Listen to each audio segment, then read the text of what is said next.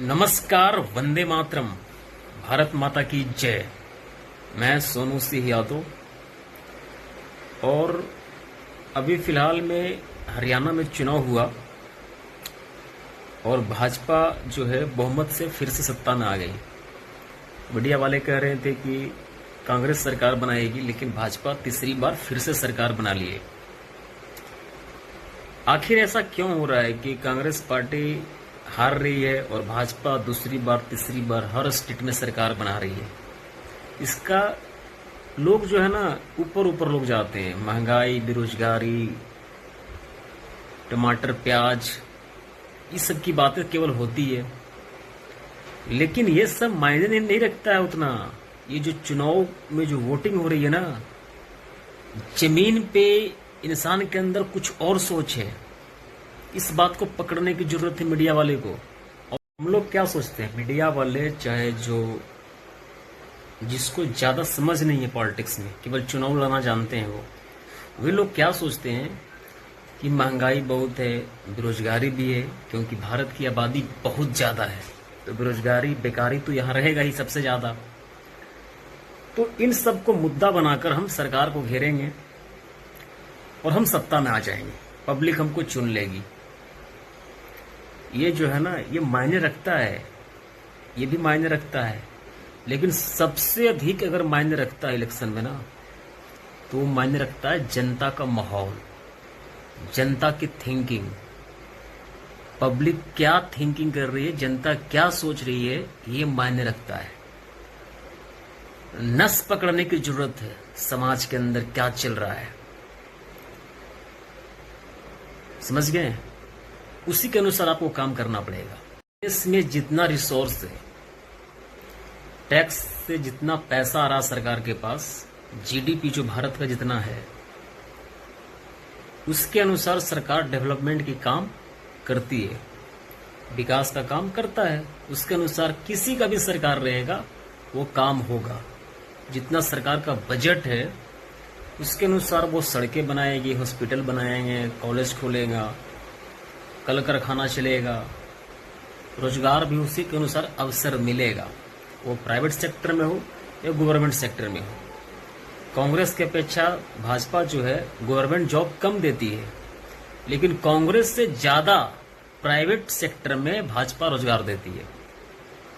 दोनों में बस यही फर्क है कि भाजपा जो है प्राइवेटाइजेशन की ओर काम ज्यादा करती है और प्राइवेट नौकरी ज्यादा उपलब्ध कराती है, कांग्रेस से बेहतर कराती है। सरकार जो है ना, वो अपने बजट के अनुसार विकास का काम करते रहे, वो किसी पार्टी का हो। और ये जो महंगाई, बेकारी, बेरोजगारी का जो मुद्दा है, वो किसी की सरकार रहे, ये 100% इसका सोल्यूशन नहीं है, तो इसके ये मुद्दा भी चलते रहेगा।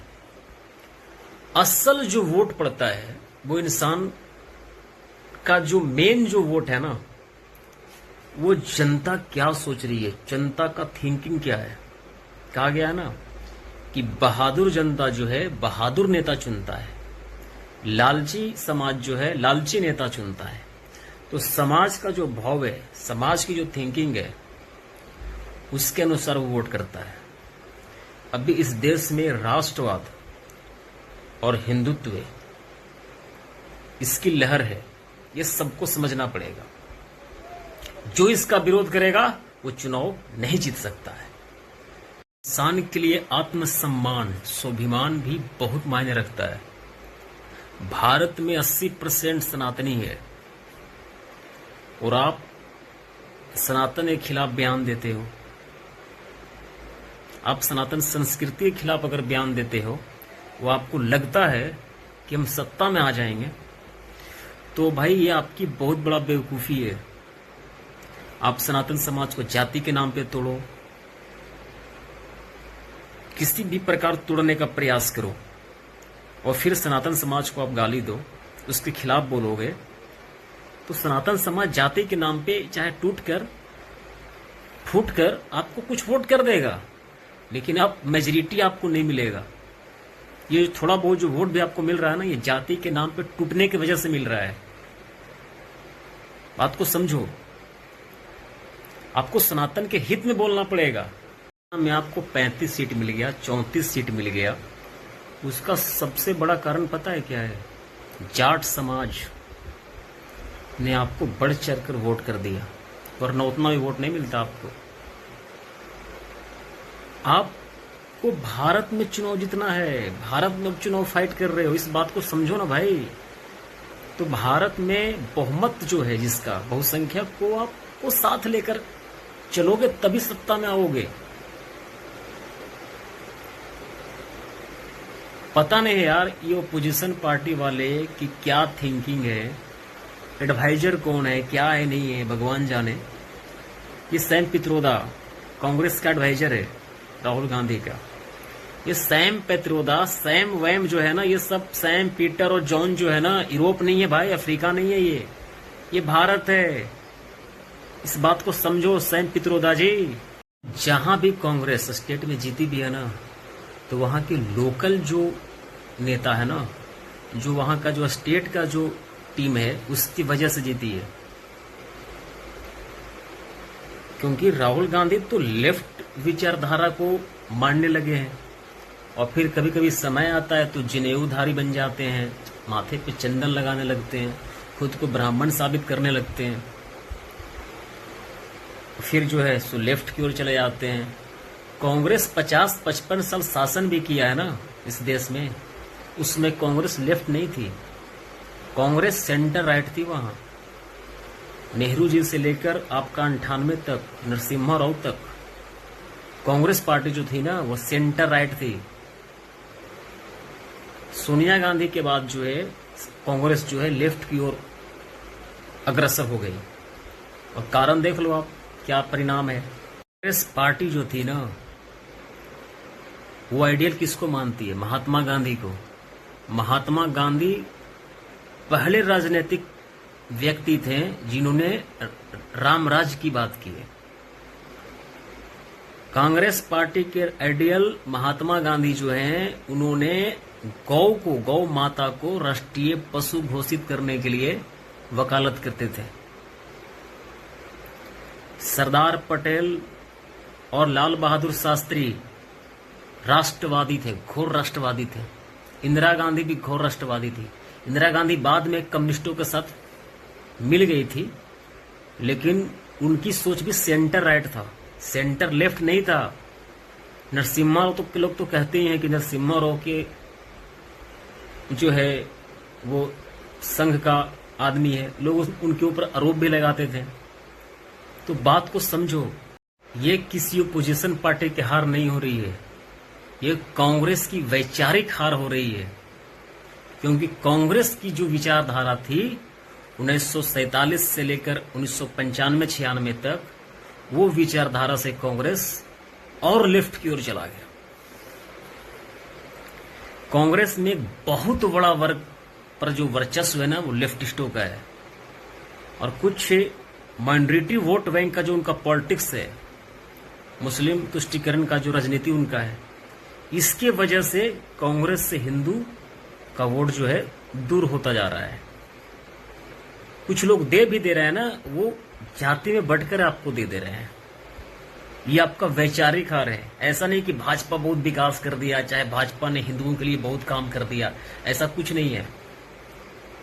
ये आपकी वैचारिक हार है, यह विचारधारा की लड़ाई है। पार्टी की वैचारिक हार है, विचारधारा की हार है, जिसको जनता एक्सेप्ट नहीं कर रही है, रिजेक्ट कर दे रही है। अब देखो ना आप, कांग्रेस में प्रमोद कृष्णम जैसे योग्य व्यक्ति जो हिंदू संत था, उसको राज्यसभा नहीं भेजी। इस्लामिक शायर इमरान प्रतापगढ़ी को राज्यसभा भेजी। कन्हैया कुमार जैसे वामपंथी लड़का को, युवा को कांग्रेस अपना यूथ आइकॉन बनाई। अब बताओ, यहां भाई कोई राष्ट्रवादी नहीं था। तो ये वैचारिक हार है आपकी। सैम पित्रोदा को आपने एडवाइजर बनाया है राहुल गांधी का। सैम पित्रोदा का क्या सोच है? भारतीय संस्कृति, सनातन धर्म के बारे में पित्रोदा क्या सोचते हैं? इस देश में आज भी वामपंथी नेता, वामपंथी सोच के बहुत सारे लोग हैं, बुद्धिजीवी। वे लोग जमीन पे तो खैर उनका वोट नहीं है अब, इसलिए कम्युनिस्ट पार्टी का आधार जो है दम कमजोर हो गया है भारत में। लेकिन वे लोग अपना भविष्य कांग्रेस में देख रहे हैं और वे लगातार कांग्रेस में वे सब चले भी गए हैं। कांग्रेस में बहुत सारे वामपंथी लोग चले गए हैं और कांग्रेस में एक बहुत बड़ा धड़ा जो है वामपंथियों का है। इसलिए कांग्रेस सेंटर और सेंटर राइट नहीं रही, सेंटर लेफ्ट की ओर चला गया कांग्रेस। और वही लोग जो है कांग्रेस को जो है मतलब कमजोर कर रही है उन लोग, क्योंकि उनका विचार को भारत में स्वीकारता बहुत कम है। इस बात को समझने की जरूरत है, राहुल गांधी को भी और प्रियंका गांधी को भी और सोनिया गांधी को भी। वामपंथ को भारत में स्वीकारता नहीं है, इस बात को समझने की जरूरत है। ये बहुत सारे कांग्रेस में अच्छे लोग भी हैं, रेवंत रेड्डी हैं, तेलंगाना के सीएम हैं, आपके सचिन पायलट हैं, अशोक गहलोत हैं, आपके अजय राय जो है यूपी कांग्रेस के अध्यक्ष हैं। बहुत सारे ऐसे लोग हैं जो राइटिस्ट हैं, सेंटर राइटिस्ट सोच के व्यक्ति हैं। वे लोग अच्छा भी कर रहे हैं, लेकिन वामपंथ जो है भारत में कभी मजबूती तौर से नहीं रहा है यहाँ, और अभी तो उनका आधार बहुत कमजोर हो गया है।